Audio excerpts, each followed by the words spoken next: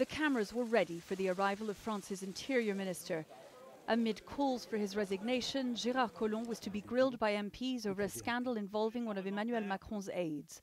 Collom's defense, that it had not been for him to act. I was informed about the video in the afternoon the next day by my chief of staff, who told me he had already spoken to the police commissioner and the president's chief of staff. The problem was dealt with at the appropriate level. The video in question is this one, shot on May 1st during police clashes with demonstrators in Paris.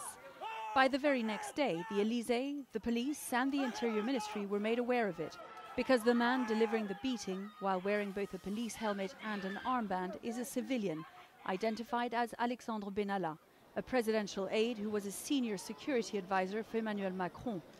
At first, he was merely suspended and only sacked Friday, just days after the video was picked up by the French press. Benalla says he'd been invited to observe the demonstrations alongside France's riot police. He's now been placed under formal investigation, as have 4 others. And as the row has grown, so too have questions about how the scandal might affect President Macron. The brand Macron is damaged forever. It will be very long before it gets to the same storytelling, the same energy, saying, oh, you have to trust me. Well, start by telling the truth, is all that we ask. Which is why all eyes were very much on France's Parliament on Monday, where MPs heard not only from the Interior Minister, who said this was a matter for the presidency, Paris's top policeman did the same.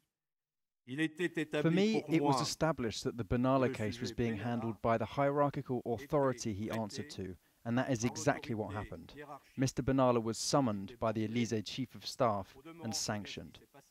But the sacking of Mr. Benalla seems to have raised more questions than it answered, with growing calls for the president himself now to address the matter publicly. Melissa Bell, CNN, Paris.